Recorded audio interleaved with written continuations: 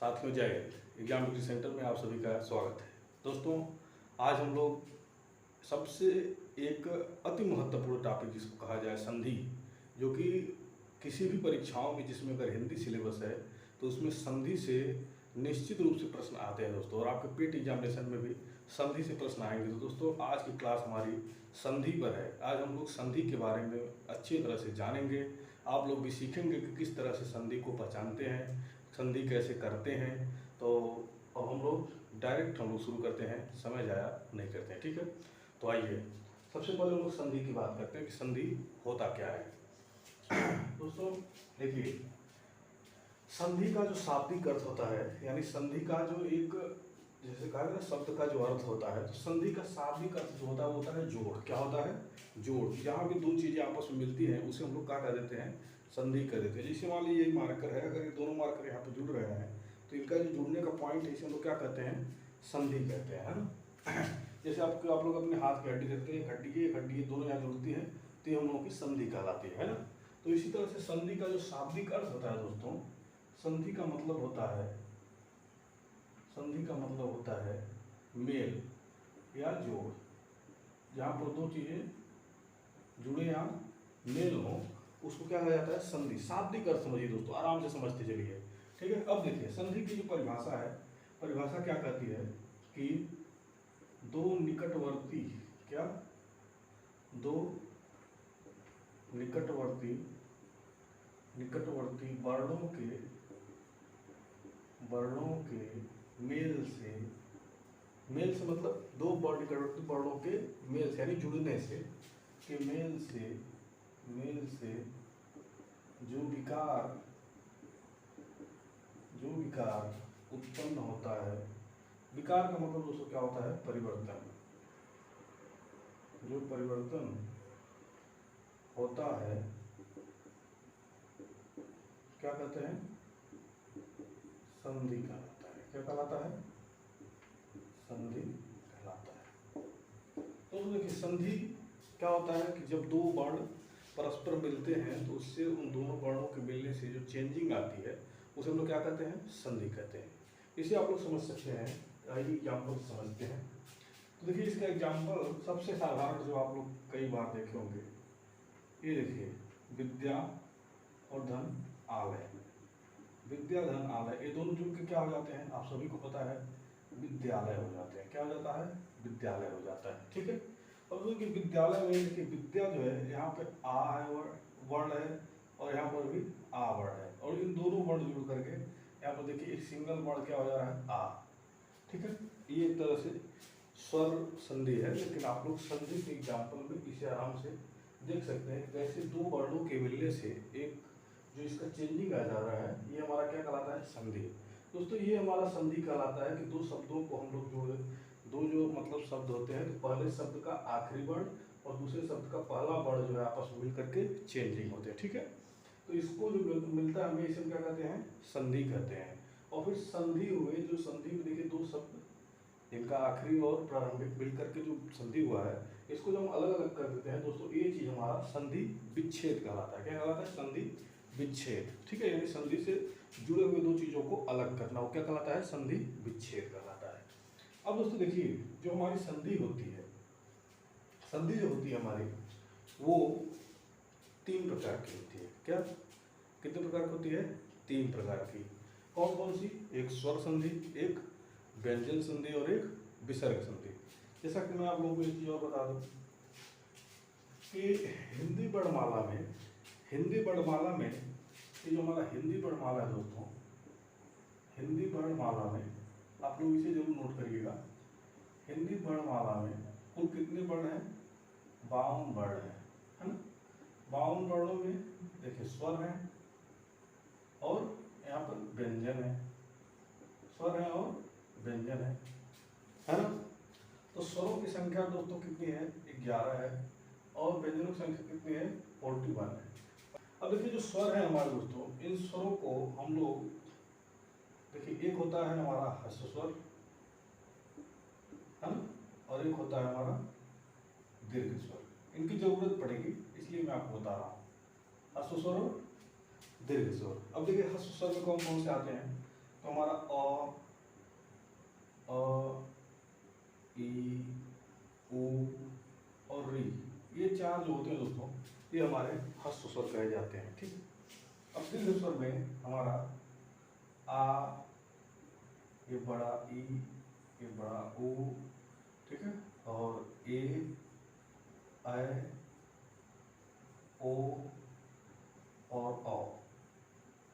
देखिए दोस्तों, 1 2 3 4 5 6 7 दीर्घ स्वर और 4 जो है ह्रस्व स्वर, ये टोटल मिला के 11 स्वर हो जाते हैं।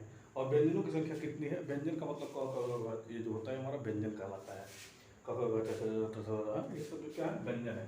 इनकी संख्या कितनी है? 41 यानी 41 है। और ये कुल मिला के देखिए हिंदी वर्णमाला के अंतर्गत 52 वर्ण हो जाते हैं। ठीक है, 52 वर्ण हो जाते हैं। तो आप लोग ये याद रखिएगा, ये ह्रस्व स्वर है और ये दीर्घ स्वर है। दोस्तों ह्रस्व स्वर और दीर्घ स्वर होते क्या हैं? तो ह्रस्व स्वर वे स्वर होते हैं जिनके उच्चारण में कम समय लगता है ना। जिनके उच्चारण स्वर का डिफिनेशन तो आपको पता है, स्वर वो होते हैं जो मूलभूत से स्वतंत्र होते हैं ना, वो किसी अन्य की सहायता से नहीं बल्कि खुद ही बोले जाते हैं। अच्छा, तो इसी तरह से जो ह्रस्व स्वर होता है, तो ह्रस्व स्वर वो स्वर होता है जिनको बोलने में कम टाइम लगता है, और ये दीर्घ स्वर वो स्वर होते हैं जिनको बोलने में ह्रस्व स्वर से ज़्यादा टाइम लगता है ना, अपेक्षाकृत ज़्यादा टाइम लगता है। जैसे आप यू बोलेंगे तो कम टाइम लगता है, लेकिन आ, फिर ई, ऊ, तो इसमें ज़्यादा टाइम लग रहा है, इसे हम दीर्घ स्वर कहते हैं। ठीक है, तो ये होता है, इसे आप लोग थोड़ा नोट कर लीजिएगा एक बार। अब देखिए, तो संधि का मतलब होता है कि जोड़ या मेल, यानी दो निकटवर्ती वर्णों के मेल से जो विकार उत्पन्न हो जाता है उसको हम क्या कहते हैं? संधि कहते हैं। दोस्तों अगर यहीं पर हम लोग शब्दों के जोड़ की बात करें तो जब शब्दों को जोड़ते तो हमारा समास कहलाता है, आप लोगों को पता होगा। ठीक है, तो अब संधि होती कितने प्रकार की है? तो संधि मैंने आपको बताया 3 प्रकार की होती है। कितनी प्रकार की? 3 प्रकार की। जो हमारी पहली होती है, पहला हम लोग कहते हैं स्वर संधि। क्या? स्वर संधि। ठीक है, जो दूसरा है हमारा, मार्कर थोड़ा हल्का चल रहा है दोस्तों, जो हमारा दूसरा है, पहला हमारा क्या है? स्वर संधि है। हमारा दूसरा क्या है? व्यंजन संधि। ठीक है, व्यंजन संधि। और तीसरा क्या है हमारा? जो है विसर्ग संधि।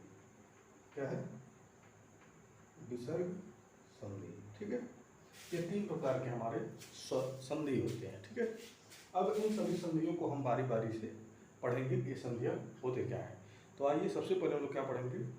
स्वर संधि पढ़ेंगे। ठीक है, देखिए हमारा स्वर संधि आइए, तो देखिए स्वर संधि दिया हुआ है। तो स्वर संधि होता क्या है दोस्तों? सबसे पहले हम लोग जान लेंगे स्वर संधि। जब दो स्वर वर्ण या स्वर वर्णों, दो स्वर वर्णों के आपस में मिलने से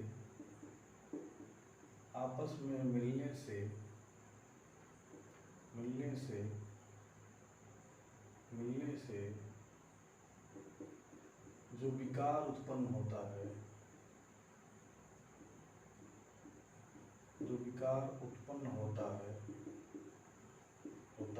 स्वर संधि कहलाता है। क्या कहलाता है दोस्तों? स्वर संधि कहलाता है।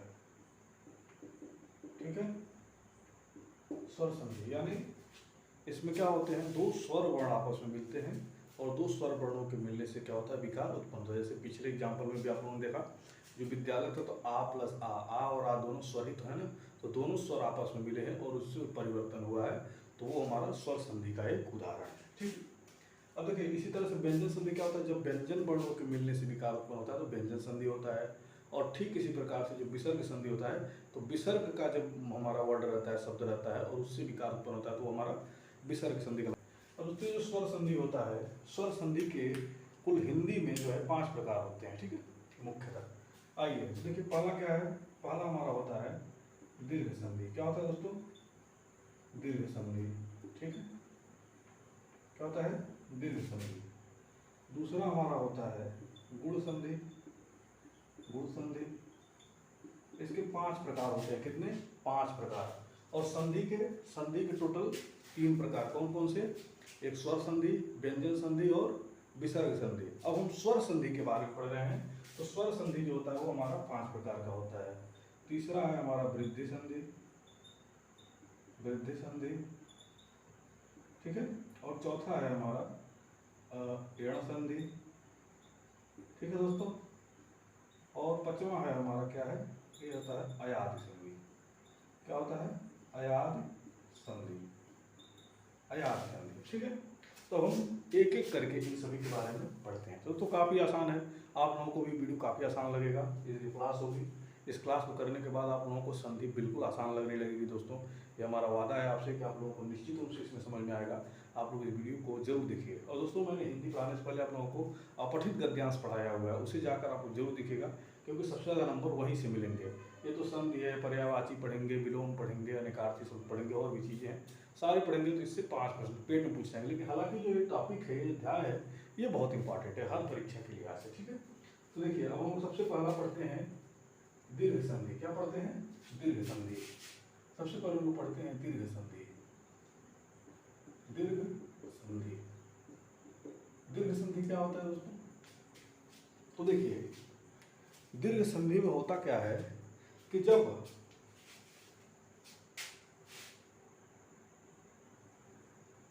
दीर्घ संधि में ये होता है दोस्तों कि जब दो स्वर वर्ण, ठीक है, समान स्वर वर्ण आपस में मिलते हैं तो वो दोनों मिल करके दीर्घ वर्ण बन जाते हैं ना, दीर्घ वर्ण बन जाते हैं।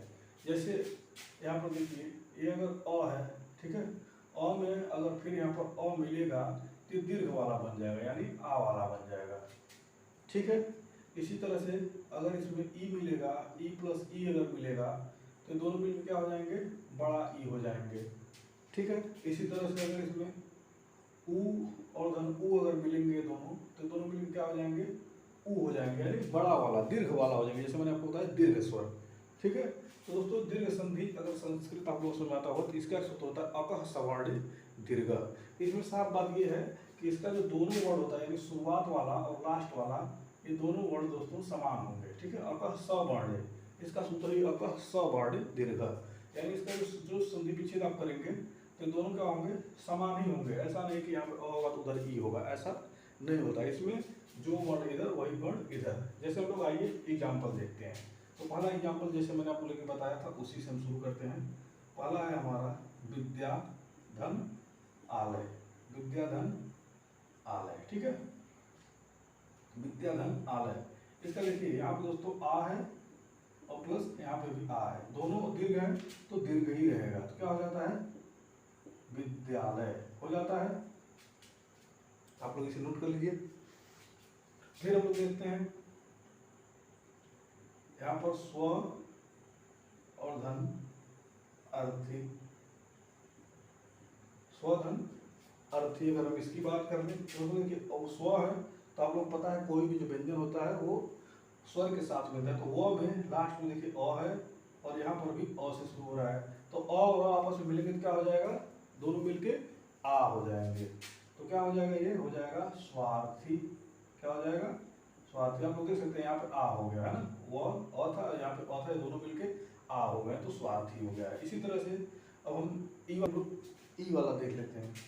अगर यहाँ पे कवि हो, कवि, और यहाँ पे इंद्र हो, है ना, तो इसका क्या हो जाता है, तो देखिए यहाँ पर भी ई है और प्लस यहाँ पर भी ई है, तो दोनों मिलके बड़ा ई हो जाएंगे। क्या हो जाएंगे, बड़ा ई हो जाएंगे। तो देखिए यहाँ पे क्या हो जाता है, कविंद्र हो जाता है।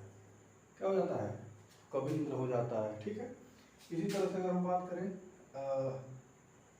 ये देखिए मधु है और उदक है, उदक है, ठीक है। देखिए यहाँ पर भी ऊ है और प्लस यहाँ पर भी ऊ है, ये दोनों मिलकर क्या हो जाएंगे, बड़ा वाला ऊ हो जाएंगे, तो इसका जो होता है मधुदक होता है। क्या हो जाता है, मधुदक हो जाता है। क्या होता है, मधुदक हो जाता है। इसी तरह से और भी बहुत सारे एग्जाम्पल है दोस्तों, और मैं उम्मीद करता हूँ कि आप लोग इस चीज़ को समझ गए होंगे कि दीर्घ संधि में सबसे बड़ी बात ये होगा कि देखिए जो पहले का लास्ट होगा और लास्ट और दूसरे का जो पहला होगा ये सभी सेम होंगे, है ना, ये सभी सेम होंगे और इनका जो है बड़ा वाला हो जाएगा, यानी दीर्घ वाला हो जाएगा। जैसा मैंने आपको पीछे बताया हस्व स्वर दीर्घ स्वर, तो हस्व स्वर रहेंगे तो भी दीर्घ हो जाएगा, समान रहेंगे। अकह सवर्ण दुर्गा इसका सूत्र होता है। इसका सूत्र भी मैं आप लोगों को लिख दे रहा हूँ, अगर आप लिखना चाहें तो लिख सकते हैं। अकह सवर्ण, अकह सवर्ण दीर्घ, अका सवर्णे दीर्घ, ये संस्कृत का है। और तो संस्कृत में एक और वाक्य बढ़ जाता है, लृ जो होता है वो स्वर में आ जाता है। तो अका सवर्णे दीर्घ, ठीक है। यहाँ पे मैं जो आपको वर्णमाला बताया वो हिंदी वर्णमाला बताया, ये याद रखिएगा। तो अका सवर्णे का मतलब होता है, अका मतलब अक प्रत्याहार जो है ना, और आ ई उ, ठीक है। अब देखिए सवर्ण, सवर्ण का मतलब समान वर्ण आएगा। आप देख सकते हैं आ के साथ आया है, अ के साथ आया है, ई के साथ ई आया है, उ के साथ उ आया है। ऐसी स्थिति में ये दोनों मिलकर आ जाते हैं, दीर्घ हो जाते हैं, ठीक है। तो ये होता है हमारा दीर्घ संधि, ठीक है दोस्तों। उम्मीद करता हूँ आप लोगों को समझ में आया होगा, अकः सवर्ण दीर्घ, ठीक है। अब आइए हम लोग गुण संधि के बारे में पढ़ते हैं, ठीक है दोस्तों। हम लोग अभी संधि पढ़ लेते हैं, फिर लास्ट में जो है हम लोग, या फिर अगली वीडियो में जब हम लोग इसका प्रैक्टिस करेंगे उस समय में आप लोगों को संधि के जो एग्जाम्पल है उनको अधिक से अधिक मात्रा में आप लोगों के साथ प्रैक्टिस करवा देंगे, ठीक है।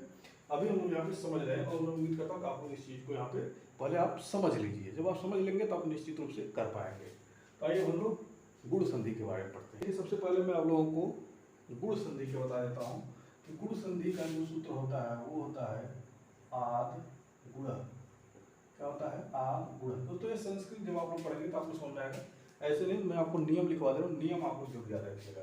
इसका होता है दोस्तों, यदि अ या आ के बाद, यदि अ या आ के बाद, यदि अ या आ के बाद, है ना, यदि अ या आ के बाद, इसे तालिका बना देना, आपको समझ लीजिएगा। यदि अ या आ है और इसके साथ अगर दोस्तों ई या बड़ा वाला ई या बड़ा वाला ई आप जोड़ेंगे तो दोस्तों क्या हो जाता है, ये ए की मात्रा, यानी जो एक मात्रा, यानी एक मात्रा वाला लगेगा, ठीक है। एक मात्रा, ए का मतलब क्या होता है? एक मात्रा, ठीक है। तो एक मात्रा वाला ए लग जाता है। इसी तरह अ या अगर दोस्तों अ या आ है और इसके बाद आप अगर इसमें उ या बड़ा वाला उ जोड़ेंगे तो ऐसी स्थिति में ये ओ हो जाता है। क्या हो जाता है? ओ हो जाता है, ठीक है। एक गुण संधि के हैं। और इसी तरह से अगर सेम अ या आ के बाद अगर यहाँ पे आप री जोड़ेंगे, री दोस्तों ये क्या है? ये बड़ा वाला है। अगर आप री जोड़ेंगे दोस्तों, री जोड़ेंगे तो ऐसी स्थिति में क्या हो जाता है? अर हो जाता है। क्या हो जाता है? अर हो जाता है। ये तीन नियम है। क्या है? ये तीन नियम है। अब आइए इन तीन नियमों पर हम जो है लगाते हैं एग्जाम्पल। अ या आ के बाद अगर ई होगा तो ये हो जाएगा। जैसे देखिए यहाँ पे अगर हम लोग लिखें, सबसे पहले रमा और धन ईस, रमा धन ईस। दोस्तों देखिए तो यहाँ पर आ है और प्लस ई वाला है, ठीक है। तो ये दोनों मिलके क्या हो जाएंगे? ए का मात्रा लग जाएगा ना, तो आ और ई मिलके इसके ऊपर ए का मात्रा लग जाएगा। यहाँ पर क्या हो जाएगा? रमेश हो जाएगा। क्या हो जाएगा? रमेश। देखिए ए का मात्रा है, एक मात्रा लग गया, ठीक है दोस्तों। आप इसे देखिए, लास्ट में बताऊंगा कि आप लोग कैसे गुण संधि और वृद्धि संधि में कैसे आप लोग फर्क जानेंगे, कैसे सिर्फ देख कर बता देना है कि संधि गुण संधि है कि वृद्धि संधि है। दोस्तों काफी शानदार होगा, आप लोग पहले इस ध्यान से देखिए, ठीक है। ये हो गया रमा धन ईस यानी रमेश, ठीक है। अब देखिए अगर मैं इस दूसरे वाले का एग्जाम्पल अगर लिख दूं तो इसमें होता है, अगर मैं लिखूं सर्वधन उत्तम। क्या? सर्वधन उत्तम। आप लोग यहाँ देख सकते हैं, यहाँ पे अ, ठीक है, और यहाँ पर उ। अ और उ जब मिलेंगे, अ और उ मिलेंगे तो क्या हो जाएगा? ओ हो जाएगा। इसे हम लोग क्या लिखते हैं? सर्वोत्तम। लिखते नहीं लिखते हैं? क्या लिखते हैं? सर्वोत्तम। क्या लिखते हैं? सर्वोत्तम। अब तो तीसरे की हम लोग बात करें तो यहाँ पर आप देख सकते हैं, अगर मैं लिखूं देवधन ऋषि, देवधन ऋषि, दोस्तों आप लोग क्या लिखते हैं? इसका क्या हो जाएगा? देवर्षि हो जाता है, नहीं हो जाता है? देवर्षि। देखिए यहाँ पर अर का आ रहा है, अर, देवर, अर, ठीक है। यहाँ देखिए अ है और धन री है, री है। इस स्थिति में क्या हो जाता है? अर हो जाता है यहाँ पे। तो आप लोग देख सकते हैं यहाँ पे अर है, देवर्षि। क्या है? देवर्षि, ठीक है। जैसे अगर मैं यहाँ लिख दूं महाधन उदय, महाधन उदय, महाधन उदय लिख दूं, तो आप लोग बताइए। देखिए यहाँ पे आ है प्लस उ है, तो क्या हो जाएगा? यहाँ पे ओ का मात्रा लग जाएगा, है ना, तो क्या हो जाएगा? महोदय। क्या हो जाएगा? महोदय, महोदय, ठीक है दोस्तों। मैं उम्मीद करता हूँ कि आप लोग इस चीज़ को भी समझ गए होंगे। इसे भी स्क्रीनशॉट ले लीजिए आप लोग, ठीक है। ये याद रखिएगा, अ या आ के बाद यदि अ या आ के बाद ई आएगा तो ए हो जाएगा, यानी एक मात्रा लगेगा, ठीक है। और अ या आ के बाद उ या उ आएगा तो दो मात्रा, एक मात्रा ओ का, और अ आ के बाद री आएगा तो आर हो जाएगा, ठीक है। तो आइए हम लोग अपने तीसरा संधि जो है हमारा वृद्धि संधि के बारे में पढ़ते हैं, ठीक है। तो वृद्धि संधि का मैं आप लोगों को अगर इसका फार्मूला लिखवाऊं तो ये होता है वृद्धि रेचि। क्या होता है? वृद्धि रेचि, ठीक है। कभी कभी पूछ देता है फार्मूला, तो आप लोगों को एक लाइन के लिए याद रखना चाहिए, ठीक है। अब देखिए इसका नियम लिखे, यदि यदि अ या आ के बाद, यदि अ या आ के बाद, यदि अ या आ के बाद, तो देखिए यदि अ या आ के बाद, तो यहाँ पे देखिए अ या आ है, और इसमें अगर अ होगा या बड़ा वाला अ होगा, तो ये दोनों के मेल से दोस्तों बड़ा वाला अ हो जाता है। फाइनली बड़ा वाला अ का मतलब डबल अ की मात्रा लग जाती है ना, ठीक है। इसी तरह से अगर अ या आ के बाद, यदि अ या आ के बाद अगर यहाँ पर ओ या औ होगा, क्या ओ या औ होगा, तो इस स्थिति में ये बड़ा वाला हो जाता है। क्या हो जाता है? बड़ा वाला, जैसा कि नाम से स्पष्ट वृद्धि, तो यहाँ पे औ हो जाता है। क्या हो जाता है? औ का मात्रा लग जाता है, ठीक है। तो देखिए अब आइए हम लोग इसका एग्जाम्पल के माध्यम से समझते हैं। जैसे देखिए यहाँ पे अगर हो एक धन एक, अब आप लोग यहाँ पे देखिए थोड़ा ध्यान से, यहाँ पे है ए अ है, क में अ है, और यहाँ पे क्या है? अ है, ठीक है। तो दोनों जुड़ के क्या हो जाएगा? बड़ा अ की मात्रा लग जाएगा, है ना, ये बड़ा अ वाला हो जाएगा। तो देखिए यहाँ पे हो जाएगा, क्या हो जाएगा? ए कैक, क्या हो जाएगा? एक यहाँ पे देखिए बड़ा डबल ए वाला लग गया मात्रा, है। एक हो जाएगा, क्या हो जाएगा? एक, ठीक है। इसी तरह से दूसरा एग्जाम्पल देख लीजिए। अगर हम यहाँ पे लिखे महा और धन औषधि, क्या लिखे? महाधन औषधि, तो आप लोग यहाँ पे देख सकते हो दोस्तों, क्या है यहाँ पे? यहाँ पे है,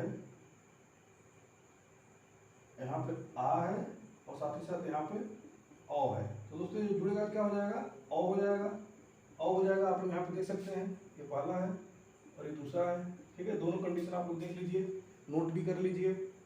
तो अ आ या औ जुड़ के क्या हो जाएगा? औ हो जाएगा। तो मा है तो ह में जुड़ेगा, ठीक है। तो क्या हो जाएगा? म औषधि, क्या हो जाएगा? महौषधि, क्या हो जाता है? महौषधि, ठीक है। क्या हो जाएगा? महौषधि। इसी तरह से और भी देखते हैं। अगर हम यहाँ पे लिख दें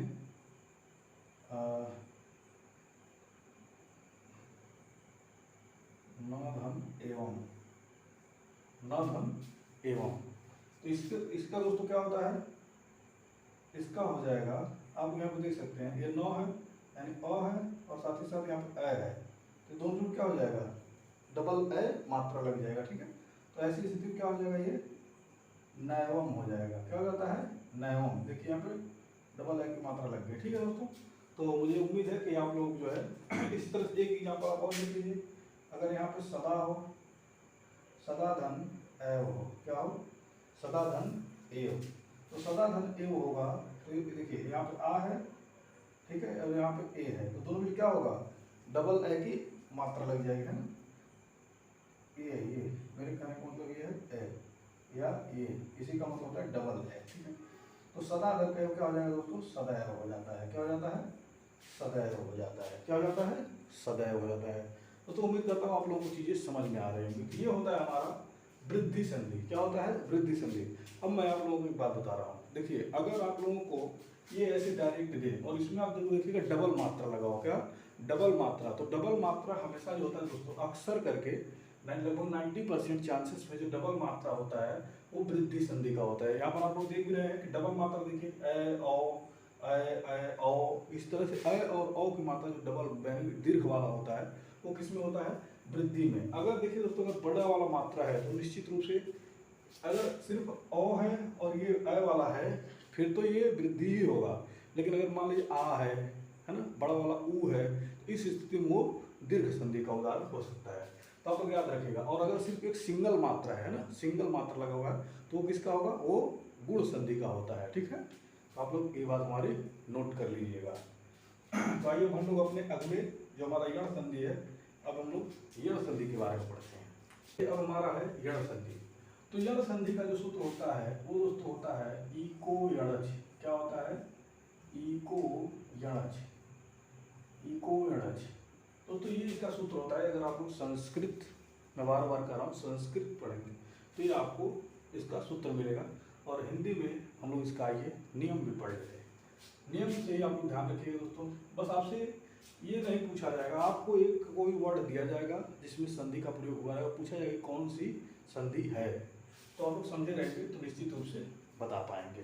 तो यण संधि में क्या होता है दोस्तों, इसमें ये कहता है कि यदि ये दोस्तों यण संधि पहचानना काफी आसान है। इसमें जब आप संधि विच्छेद करते हैं तो इसके पहले वाले में क्या, इसके जो पहला शब्द निकलेगा, पहले शब्द के लास्ट में आपको ई की मात्रा, बड़ी ई की मात्रा, या ऊ का मात्रा, बड़ा ऊ की मात्रा, या री, यही रहता है। ठीक है, बाकी अन्य समय आप देखेंगे पहले अ आ रहता है, अ रहेगा, आ रहेगा, यही जो है। बाकी अब पिछले जो 3 संधि हम पढ़े हैं उसमें पहले शुरू में क्या था, अ या आ था। ठीक है, बाद में आते थे ई, ऊ, री, जो भी आते थे, है ना। लेकिन ये ऐसा संधि है इसमें पहले आता है, जो ई, ऊ, री की मात्रा होती है वो पहले आता है। अभी हम लोग एग्जाम्पल से आप लोग देखेंगे, समझ आएगा। देखिए, यदि इसमें ई के बाद ई या ई के बाद कोई असमान स्वर आएगा, क्या, कोई असमान स्वर, कोई असमान स्वर, यानी असमान स्वर। अब ई हो गया, इसके बाद अ आ सकता है, आ आ सकता है, ये असमान स्वर कहलाते हैं। तो ई का दोस्तों जो होता है ना, ये य में बदल जाता है, किसमें, य में बदल जाता है। साथ ही साथ अगर यहाँ पे ऊ है या बड़ा वाला ऊ है, तो इस स्थिति में अगर यहाँ पे असमान स्वर आता है, यहाँ पे इस स्थिति में अगर असमान स्वर आता है, तो दोस्तों ये जो होता है ना, वो में बदल जाता है, किसमें, वो में बदल जाता है। इसी तरह से अगर ये री है और इसके बाद असमान स्वर आएगा, असमान स्वर आएगा, तो किसमें बदल जाएगा, ये र में बदल जाता है सिंपली। जबकि आप लोग गुण संधि पढ़े होंगे कि जब री आता था ना, तो री में क्या हो जाता था, अर हो जाता था, अर, है ना। जैसे मैंने आपको एग्जाम्पल दिया था देवर्षि वाला। ठीक है, आइए हम लोग इसका एग्जाम्पल देखते हैं। तो ये मैंने आपको बताया, इसमें क्या होता है, पहले ही क्या होगा, पहले ही इसमें जो होता है ई या ई, ऊ या ऊ, री आएगा, और साथ ही साथ इसमें असमान स्वर होगा बाद में। ठीक है, जबकि दीर्घ में आप लोग क्या पढ़े थे, दीर्घ में अगर ई आ रहा है तो बाद में ई आ रहा था, अगर ऊ है तो उसमें भी ऊ आएगा, री है तो यहाँ पर भी री ही रहेगा, तब ये बड़ा वाला होता था, है ना, तो दीर्घ हो जाता था, उसे हम दीर्घ संधि कहते हैं। यहाँ पे ई रहेगा तो आगे असमान स्वर आएगा। असमान का मतलब ई है तो यहाँ पे ई नहीं होगा, ई के अलावा कोई और स्वर होगा। ठीक है, तो आइए हम लोग देखते हैं इसे कैसे क्या होता है। ठीक है, जैसे कि सबसे पहले हम लोग देख लेते हैं,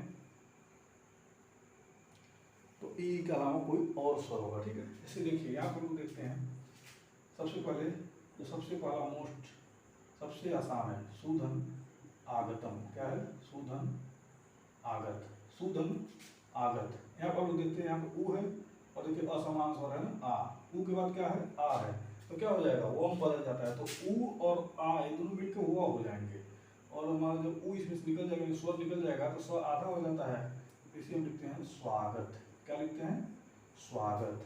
क्या लिखते हैं, स्वागत। ठीक है,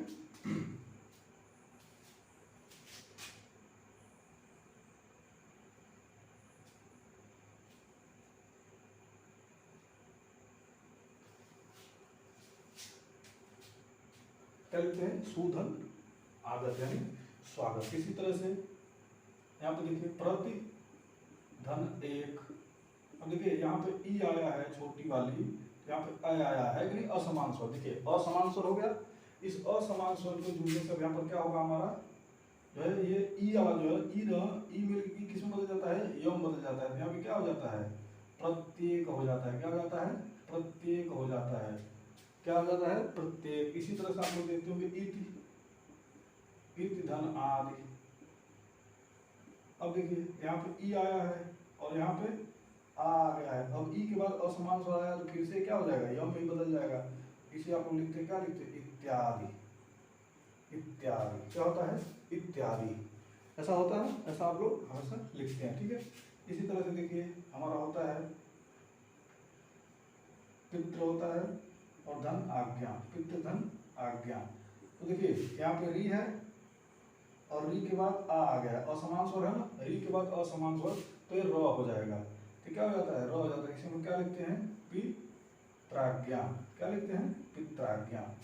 क्या लिखते हैं, पित्राज्ञा। ठीक है दोस्तों, उम्मीद करता हूँ कि आप लोग इस चीज़ को समझ गए होंगे। ठीक है, अगर नहीं समझे हैं तो इसे थोड़ा सा एक बार फिर से देखिएगा आप लोग बैक में जा करके, जो शुरू से मैंने बताया है। दोस्तों इस वीडियो को आप लोग ध्यान से देखिए, निश्चित रूप से इसके बाद आप लोगों को संधि में कहीं कोई दिक्कत नहीं होगी। इसके बाद अभी हम लोग थोड़ा प्रैक्टिस भी कर लेंगे तो हमें और समझ में आ जाएगा। ठीक है, तो आइए हम लोग अपने यण संधि को पढ़ चुके, अब हम लोग पढ़ते हैं अयाधि संधि। अयाधि संधि, अयाधि संधि दोस्तों काफी आसान है, सबसे ज्यादा आसान अगर कोई है तो अयाधि संधि। आप लोग देखते ही बता सकते हैं कि ये अयाधि संधि का है। कैसे बताएंगे, तो आइए देखिए, इसमें क्या होता है, इसमें आप लोग चार चीज जानिएगा। सबसे पहला देखिए, इसमें आप लोग ए ऐ ए ऐ ए ऐ ओ औ, ए ऐ ओ औ, ये इसमें पहले होता है। क्या होता है, पहले शब्द में ये लास्ट में जो वर्ड होगा वो ए ऐ होगा या ओ औ होगा। ठीक है, तो आइए देखते कैसे क्या होता है। अगर मान लीजिए ए है और इसके बाद यहाँ पे कोई स्वर आता है, क्या कोई स्वर आता है, ए के बाद अगर कोई स्वर दूसरे में आता है, ए प्लस जो स्वर इसमें मिलता है तो ये हो जाता है हमारा अय। क्या हो जाता है, अय हो जाता है। यानी एक मात्रा मिलेगा और स्वर कोई रहेगा दूसरे में तो अय हो जाता है, असमान स्वर आप कह सकते हैं। फिर ये अगर अय है, ठीक है, और इसमें भी अगर कोई स्वर मिलता है, कोई भी स्वर अगर मिलता है तो ये क्या हो जाता है, आय हो जाता है। तो देखिए ए ऐ मिलेंगे तो अय आय होगा। क्या होगा, अय आय होगा। ठीक है, इसी तरह से अगर ओ मिलेगा, ओ के साथ कोई भी असमान स्वर आप लिख सकते हैं या समान स्वर, कोई दिक्कत नहीं है, कोई भी स्वर इसमें मिलेगा, है ना, स्वर संधि है तो स्वर ही मिलेगा, तो स्वर मिलेगा तो ये हो जाता है औ हो जाता है। क्या हो जाता है, औ हो जाता है। और अगर यहाँ पे औ है और यहाँ पे स्वर अगर मिलता है इससे कोई, तो ये क्या हो जाता है, आ हो जाता है। क्या हो जाता है, आ हो जाता है। आइए हम लोग इसका एग्जाम्पल करके देखते हैं। ठीक है, तो सबसे पहला हमारा क्या है, ए है ना। देखिए अगर हम यहाँ पे लिख दें ने धन अन, ने धन अन। अब देखिए दोस्तों यहाँ पे क्या है हमारा, यहाँ पे ए है, यहाँ पे देखिए ए लगा हुआ है और यहाँ पे अ है, स्वर है ना, तो ये दोनों क्या हो जाएंगे, हमारा अय का भाव देंगे, किसका, अय का। तो ये हमारा होता है नयन। क्या होता है, नयन। तो इसमें देखिए नयन, अय है ये, नयन होता है। क्या होता है, नयन हो जाता है। ठीक है, इसी तरह से अब हम अगर अय की बात कर लें, देखिए अगर हम यहाँ पे नय धन अक लिख दें, नय धन अक, तो देखिए यहाँ पे देखिए दोस्तों, देखिए यहाँ पे अय है और प्लस यहाँ अ है, तो जब अय के साथ अगर, मतलब अय का एक ही मात्रा समझ सकते हैं, तो अगर ए है और यहाँ पे अगर स्वर से मिल रहा है तो क्या हो जाता है, ये आय हो जाता है। आय हो जाता है ना, तो देखिए ये जो होता है हमारा नायक हो जाता है। क्या हो जाता है, नायक। तो आप लोग देख सकते हैं यहाँ पे आ का मात्रा है, इस तरह से आप लोग देख सकते हैं। ठीक है, आप लोग समझ रहे होंगे। ठीक है, इसी तरह से अब ओ का देख लीजिए, अगर हम यहाँ पे लिख दें पो धन अन, क्या, पो धन अन, तो आप लोग देखिए यहाँ पे ओ है और यहाँ पे अ है, यानी ओ के बाद कोई स्वर आ रहा है तो इस स्थिति में अ हो जाता है, तो ये हमारा पवन हो जाता है। क्या हो जाता है, पवन हो जाता है। क्या हो जाता है, पवन हो जाता है। इसी तरह से अगर हम यहाँ पे लिख दें गय धन अक, गय धन अक, तो देखिए डबल यानी बड़ा वाला अय है और प्लस स्वर है, इस स्थिति में क्या हो जाता है, आय हो जाता है ना, तो देखिए हमारा हो जाता है गायक। ठीक है, क्या होता है, गायक। इसी तरह से अगर देखिए हम अगर यहाँ पर लिखते पौ अधन अक, पौ धन अक, इस स्थिति में जब और रहेगा और स्वर रहेगा तो आ हो जाएगा, तो ये हमारा हो जाता है पावक। क्या होता है, पावक हो जाता है। दोस्तों इसका आप लोग स्क्रीनशॉट ले लीजिए एकदम आराम से, और मैं उम्मीद करता हूँ कि आप लोग इस चीज़ को समझे होंगे जो मैं बताया। अगर नहीं समझे हैं तो एक बार मैं यही कहूँगा आप लोग फिर से पीछे जाइए और शुरू से इस चीज़ को जरूर देखिएगा दोस्तों। ठीक है, काफ़ी आसान भाषा में मैंने आप लोगों को बताने का प्रयास किया दोस्तों। अगर आप लोगों को वीडियो अच्छा लगा हो तो निश्चित रूप से इसे लाइक, कमेंट और शेयर कर दीजिए। ठीक है, और चैनल को सब्सक्राइब कर लीजिए, क्योंकि अब आगे की जो और वीडियो होंगी वो और भी इंटरेस्टिंग होती जाएंगी। ठीक है, आप लोगों को वीडियो कैसा लगा है कमेंट सेक्शन में जरूर बताइएगा दोस्तों। अगर अच्छा लगा हो तो लाइक करिएगा, वीडियो को सब्सक्राइब भी कर दीजिएगा, हमारे चैनल को सब्सक्राइब करिएगा ताकि आप लोग हमसे जुड़ जाइए और जो आगे क्लास की वीडियो आ रही है उनका लाभ आप लोग भी उठा पाएँ। ठीक है, और इस वीडियो को अधिक से अधिक दोस्तों आप लोग शेयर कर दीजिए। ठीक है दोस्तों, आप लोगों को, सभी लोगों को हमसे जुड़ने के लिए बहुत बहुत धन्यवाद। ठीक है दोस्तों, एक चीज़ मैं आपसे और कहना चाहूँगा कि अगर आप लोग इसके पहले की वीडियो आप नहीं देखे हैं तो आप लोग जरूर जाके देखिए, क्योंकि पेट के लिए ज्योग्राफी की, इकोनॉमी की, जिसमें बैंक सेक्शन को लेकर के पंचवर्षीय योजनाओं को, योजना आयोग के बारे में सारी वीडियोज़ आपको वहाँ पर पड़ी हुई हैं। तो आप लोग जाइए, वो सारी वीडियोज़ देखिए और उसका जो है लाभ उठाइए। हमारे चैनल तक विजिट कीजिए, सब्सक्राइब कीजिए। ठीक है दोस्तों, फिर मिलते हैं हम लोग अगली वीडियो में। जय हिंद दोस्तों।